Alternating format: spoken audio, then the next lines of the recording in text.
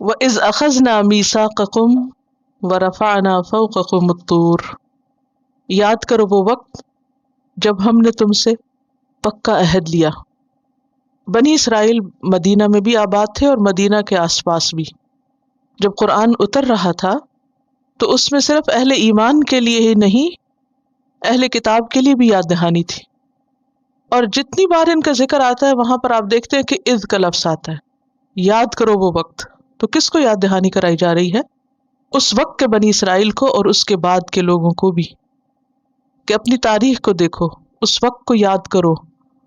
کیوں؟ تاکہ وہ بات جو ان کے آباء و اجداد سے کہی گئی تھی اسے یہ بھی یاد کریں، جس پر انہیں عمل کرنے کے لیے کہا گیا اس پر یہ بھی عمل کریں۔ وَإِذْ أَخَذْنَا مِيثَاقَكُمْ، جب لیا ہم نے تم سے پکا وعدہ۔ کس بات کا وعدہ؟ تورات پر عمل کرنے کا وعدہ۔ کب لیا گیا؟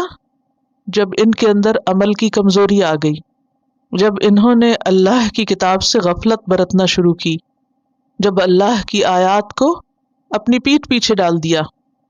اور کس طرح یہ وعدہ لیا گیا؟ وَرَفَعْنَا فَوْقَكُمُ الطُّورَ، اٹھایا ہم نے تم پر طور کو، یعنی کوہ طور کو ان کے سروں کے اوپر چھتری کی طرح چھا کے ان سے عہد لیا گیا۔ سوچئے کہ ایک پہاڑ زمین سے اکھیڑا جائے اور اٹھا کر ان کے سروں پر مسلط کیا جائے۔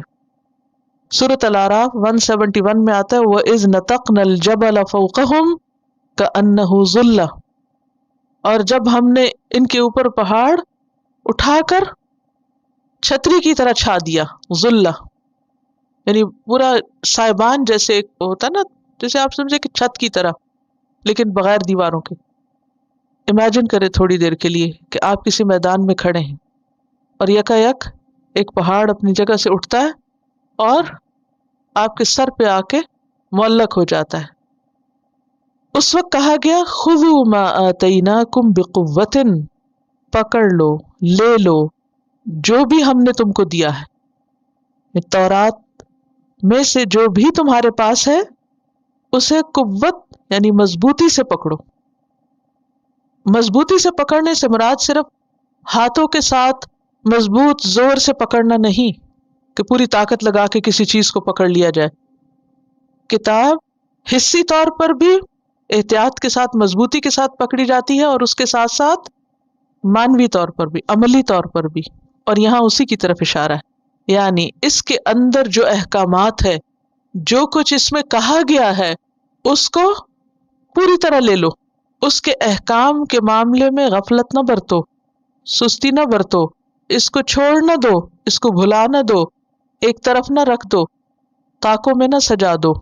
وہ جیسے ماہر القادری کی ایک نظم آپ سب نے سن رکھی ہوگی جس میں وہ قرآن کا شکوہ لکھتے ہیں، طاقوں میں سجایا جاتا ہوں، یعنی میری قدر و قیمت اور عظمت کیا رہ گئی کہ بس مجھے اونچی جگہوں پر سجا کے رکھ دیا گیا۔ اور اب حقیقت یہی ہے کہ ہم نے بھی اپنی کتاب کے ساتھ کیا کیا ہے، خوبصورت کیلیگرافی کے ساتھ اس کو ڈیکوریشن پیس بنا لیا گیا ہے، یا یہ کہ اس کو بہت عزت، ادب، تقدس، احترام کے ساتھ بہت سنبھال کے رکھ دیا گیا اور کھولنے کی نوبت کم ہی آتی ہے۔ تو یہاں کیا کہا جا رہا ہے؟ پکڑو اس کو قوت کے ساتھ، اور صرف پکڑ ہی نہ لو بلکہ وَاذْكُرُوا مَا فِيهِ، یاد رکھو اس کو جو بھی اس میں ہے۔ کسی بھی چیز کو یاد رکھنے کا طریقہ کیا ہے؟ بار بار پڑھنا، بار بار دہرانا، دیکھتے رہنا۔ یعنی اس کتاب کو زبان سے بھی اور عمل کے ساتھ دہراتے رہو، یعنی تمہاری زندگی اس کتاب کے ساتھ گزرنی چاہیے۔ کیوں ضروری ہے یہ؟ لعلکم تتقون، تاکہ تمہارے اندر تقوی پیدا ہو۔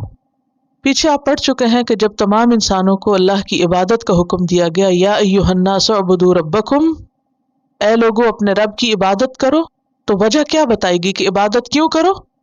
لعلکم تتقون، تاکہ تمہارے اندر تقوی آئے، خدا کا ڈر آئے، خدا کے احکامات کی اطاعت کا طریقہ آئے اور اس کی نافرمانی سے بچ سکو۔ یہی تقوی ہوتا ہے نا، اللہ کی اطاعت کرنا اور نافرمانی سے بچنا، تاکہ انسان آخرت کی مصیبت سے بچ سکے۔ لعلکم تتقون۔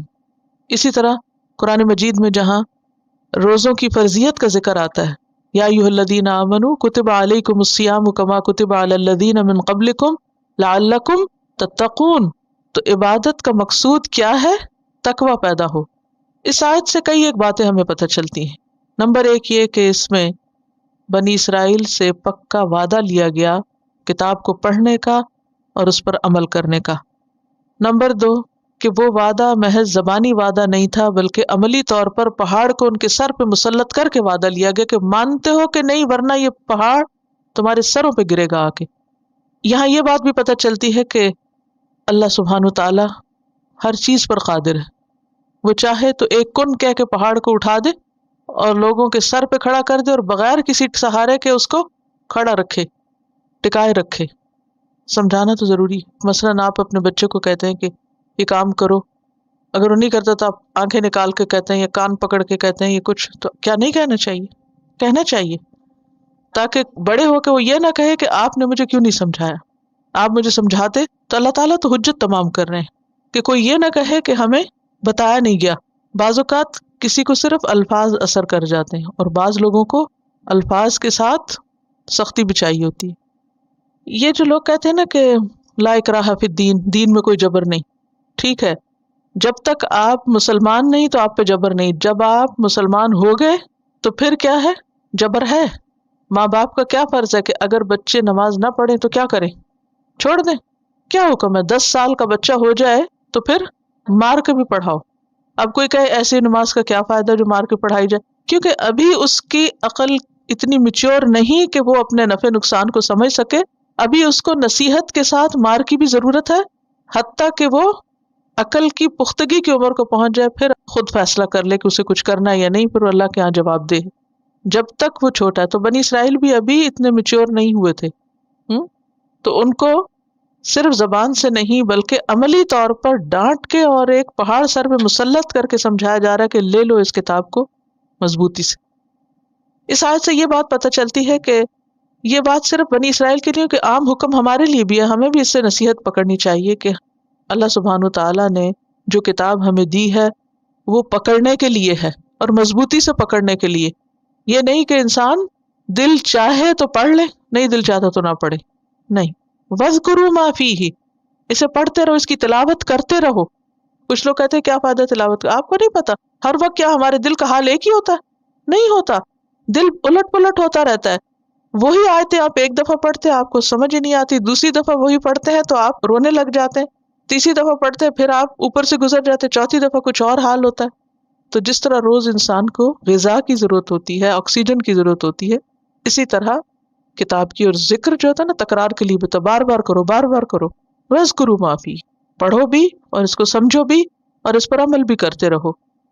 لعلکم تتقون، تو اس سے یہ بات بھی پتہ چلتی ہے کہ تقوی پیدا کرنے کے لیے کتاب کو پکڑ کے رکھنا، اس کو بار بار پڑھنا اور اس پر عمل کرنا ضروری ہے۔ اور یہ بات بھی اس سے سمجھ میں آتی ہے کہ ایک نیکی دوسری نیکی کے ساتھ تعاون کرتی ہے، ملتی ہے، یعنی کتاب کا پڑھنا تقوی کے لیے، تقوی سے کتاب کی سمجھ، وہ پورا ایک سائیکل بن جاتا ہے۔ یعنی آپ میں تقوی ہے تو آپ کو ہدایت ملے گی، ہدایت آ گئی تو تقوی میں اضافہ ہوگا، پھر تقوی اور وہ مضبوطی آتی چلی جائے گی۔ اگر آپ نے سرکل کہیں سے بھی توڑ دیا تو پھر نہ تقوی رہے گا اور نہ ہی کتاب سے تعلق رہے گا۔ کیا سمجھ میں آیا؟ ایک بات اگر یاد رکھے تو کافی ہے اس پوری آیت میں سے، تقوی کے لیے کتاب سے تعلق ضروری ہے۔ خذوا ما آتیناکم بقوۃ واذکروا ما فیہ لعلکم تتقون، تو کتاب میں تدبر، غور و فکر، اس کا پڑھنا، اس کا پڑھانا، اس کا علم حاصل کرنا، اس کا سیکھنا، یہ سب کیا ہے؟ تقوی کے حصول کا ذریعہ ہے۔